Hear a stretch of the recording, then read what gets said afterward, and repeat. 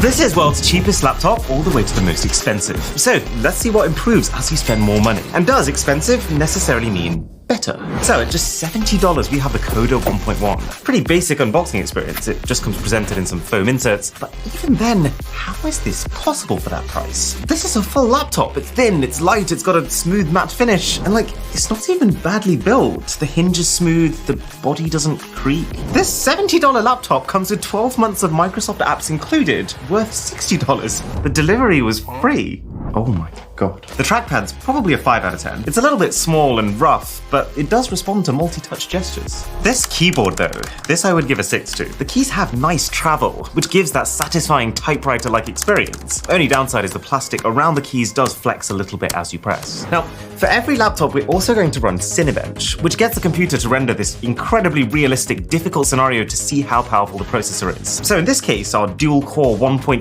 GHz Intel Celeron is really struggling. This is like watching paint dry, which leads us to a pretty lowly score of 308 points. To be fair though, you really don't need much power to run things like Microsoft Word, and this is plenty. And then, to test the graphics, GTA 5. This is quite funny. The laptop's 64 gigabytes of internal memory is not even enough to hold the game, so running it off this, which costs about 3 times as much as the laptop. Another fun fact, this laptop actually doesn't have the graphics power to even be able to open GTA 5 in full screen. So we actually had to go into the app config file and tweak the settings so that it only opens in this windowed mode, and then we full screen it. Oh my gosh, it's running at like 4 frames per second. So we're running this at 800 by 600 resolution. That's like a smartphone resolution from 12 years ago. Hardest thing to process here is the loading times of everything. I'm waiting for this game to load for about 10 minutes. Oh my god, we're in! But it does look like a mobile game in a best case scenario. I'll move my finger across the trackpad and like a full 2 seconds later the laptop follows. Feels kind of ironic trying to sprint in this condition. Okay, so we've jumped online and I've clicked quick join into a real other person's race. Although the irony of quick is not lost on me. I'm so sorry, Mona 1968. It's actually just occurred to me how much lag is going to be introduced into this session from my end. It's a bit old for doing game. Actually, yeah, 1968 on GTA 5. My mum's age. Hey, off we go! Oh, look how their car's just jumping! There is so much lag happening right now. Probably mostly on my end. I've just gone through a building. That shouldn't have happened. Just got absolutely whooped by a 55-year-old.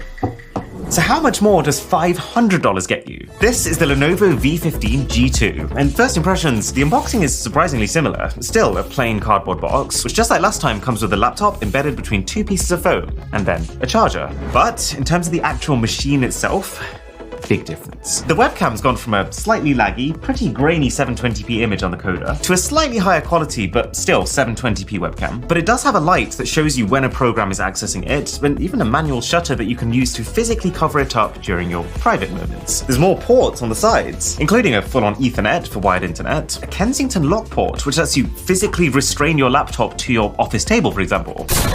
And also a USB 3.2 port, which if I try and transfer across the same file on both of these laptops, on the Coda, if I drop that onto the desktop, it took about 5 seconds. Drag the same file across. That just happened instantly. There was no loading bar. I guess it makes sense. Theoretically, USB 3.2 is 10 times faster than USB 2.0. I like this trackpad. It's made of a noticeably smoother material, and if you listen to the click sounds that the Coda makes compared to this, the Lenovo does feel more refined and put together.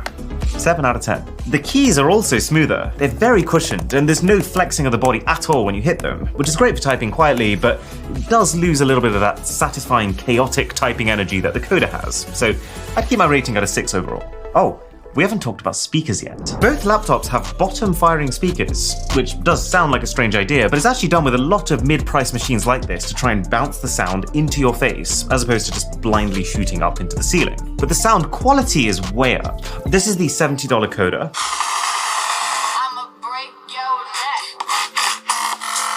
Well, the point is, you can tell that these are low-power speakers that are not moving a lot of air. But for $500, much better. It lacks a little bit of sharpness, but it's good enough. The screen's gone from an 11.6 inch to a 15.6 inch, which is about 2 times the area, although I would say the contrast is slightly worse. And the viewing angles kind of suck, because this is a TN panel, which is the most basic form of modern LCD. But where I am noticing the biggest improvement with this $500 laptop is the performance. Everything takes so long to happen on the Coda. Even pulling up the Bing homepage is a big ask, although it might just not want to, I can see why.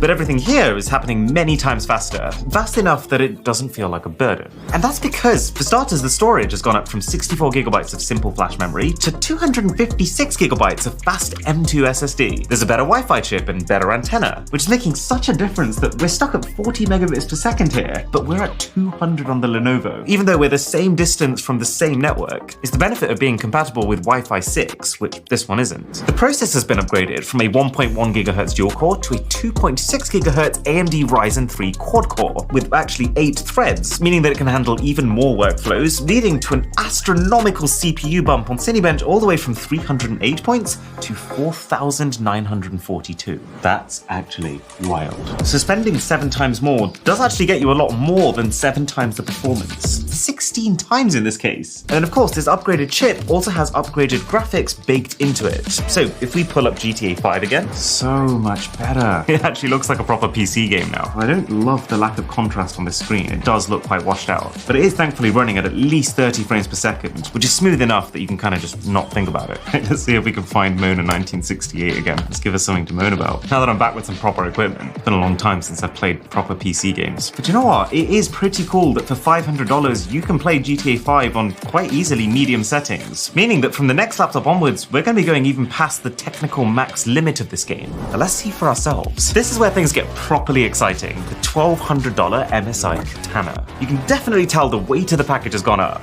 but I'm quite surprised to see that the quality of the presentation is kind of the same. There's a much larger power supply to keep something of this caliber juiced up than the laptop. It does beg the obvious question, the $500 laptop is already at the point where there's very little wrong with it. So what on earth do you get for 2.5 times the price of that? Okay, the web page of this laptop is actually hilarious. The new Katana GF76 is built with the same exquisite craftsmanship used to forge a blade. What do I do with that knowledge?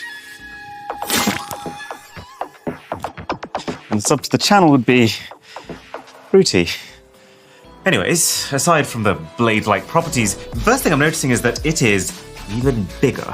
There's no beating around the bush. This is one of the chonkiest laptops I've ever laid my hands on. And it's kind of great because, you know, there's so much space to rest your hands on, but I wouldn't necessarily say that the build quality is any higher. It's about the same. The trackpad's still on the smaller side. I have no idea why when they have this much room for it. It's good quality, but I'm not loving the amount of force you need to put in to click it. But I am enjoying this keyboard. It's backlit for starters, which is an actual game changer if you're planning on using it in bed at night, though it is kind of evil looking, so don't know how I feel about that. And then the majority of the keys, they are still a little bit on the soft side. They don't have a huge amount of travel, which is less fun for typing, but it means you can be more responsive when you're gaming. And they've at least made sure that the spacebar and the enter key do feel distinct and satisfying. I could do this for quite a long time. Very fun. 8 out of 10.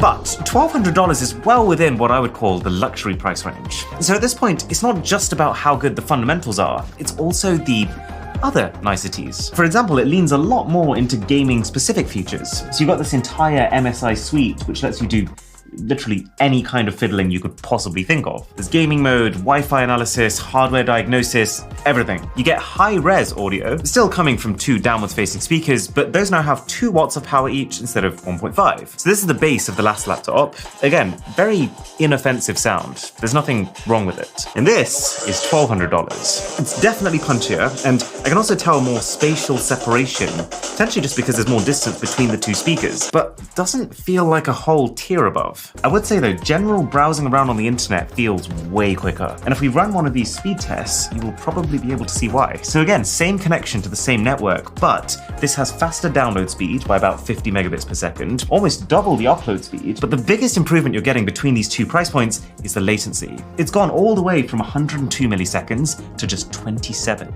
And when you've got general internet speeds as fast as this, the latency actually becomes the bigger determining factor in the overall experience. Oh yeah, also the screen, huge leap. I mean, to start with, just like the rest of the laptop, bigger at 17.3 inches, which might sound like a subtle difference versus 15.6, but in total, that's about 25% more screen area, which I'd actually say is very much the difference between this feeling like a laptop experience, tiding me over until I get home to my proper rig, and feeling like you're at your main workstation. Like, this is the place where the job gets done. But also, this is an IPS panel, which compared to this TN panel is brighter, has more poppy colors and better contrast, and has a 144Hz refresh rate versus 60. It'll be tough for you to experience it just through the camera, but trust me, all the scrolling and the browsing feels next level responsive. And definitely like you're getting treated, as opposed to it just being purely functional. But I think the thing you'll be most surprised by is the power difference. So in terms of CPU now, we have a 12th gen Intel i7, and it's actually kind of wild. It's got 14 cores and 20 threads. And if we run the same Cinebench benchmark, that's 14,754.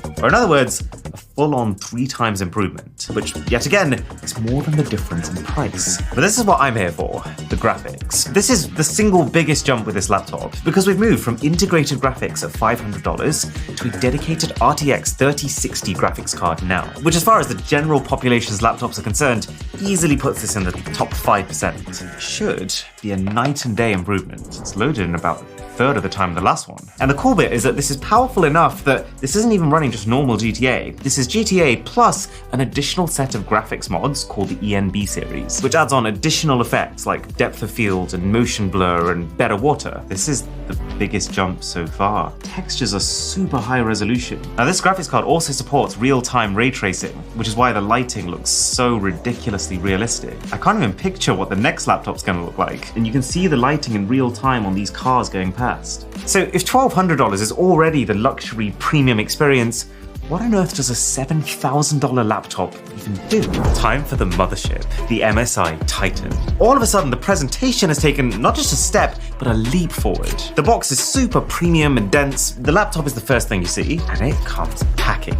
You get a little dragon, for some reason. You get a 128GB USB stick, which is pretty cool because it's got separate ends for both USB-C and USB-A, and there's actually double the storage that the entire first laptop came with. The thing even comes with a proper mouse inside, and then a power supply rivaling the volume of the first laptop. Titan itself. My god, what has this thing been eating? So, to answer the question, at $7,000, you get everything. Every cutting-edge feature that a laptop could possibly offer, everything that you don't need but you really, really want, it's here. So for example, this is not just a standard membrane keyboard like the rest of the laptops have. Or in other words, one big plastic sheet with pressure pads underneath each key. This is a mechanical keyboard. Every single key is its own moving part, with its own mechanism to make each press just feel that extra bit crispy and purposeful. I didn't know this until I just used it, but as far as laptop keyboards go, this is what a 10 feels like. Plus, the LED system makes it look like a unicorn just vomited all over it. And I'm not complaining about that. There are lights everywhere on this thing. There's the keyboard, there's the logo, these 2 strips over here, the engine? What even is this? And the control that you get over them is absolutely nuts. I mean, look at this software. Just for the logo alone, I can pick every color it cycles through, the speed it cycles, how it cycles, and here at the bottom, I've got individual control over every single one of these zones. And the keyboard is even more insane. You can literally customize how each individual key reacts to being pressed. This is kind of a fun exercise. So this is how the speakers sounded on the original $70 laptop. Just use this as a point of reference of where we've come from. This is what the Titan sounds like. This is a world of difference. I mean, technically that's not a huge surprise. This laptop is 100 times the price of this laptop, and it has a quad speaker system with 2 separate woofers just to handle bass. It's only just fully occurring to me how ridiculously bright the screen is. It's got the same 144Hz refresh rate as the last one, but instead of it being a full HD IPS panel, it's an Ultra HD mini LED panel. It's based on similar LCD tech as before, but instead of having like one main backlight that shines onto it, you have thousands of tiny LEDs that give you basically extreme levels of color fidelity and contrast. Or in other words, it's 2 times the brightness and 4 times the resolution. I mean, I could just keep going on and on. It's got even more extreme Wi-Fi, to the point where your router is going to be the bottleneck. Even faster USB ports, to the point where whatever you're transferring from will be the limiting factor. A proper cooling system, 4 fans, 6 exhausts, and 8 pipes. But the thing that I'm most interested in is what this means for performance and gaming.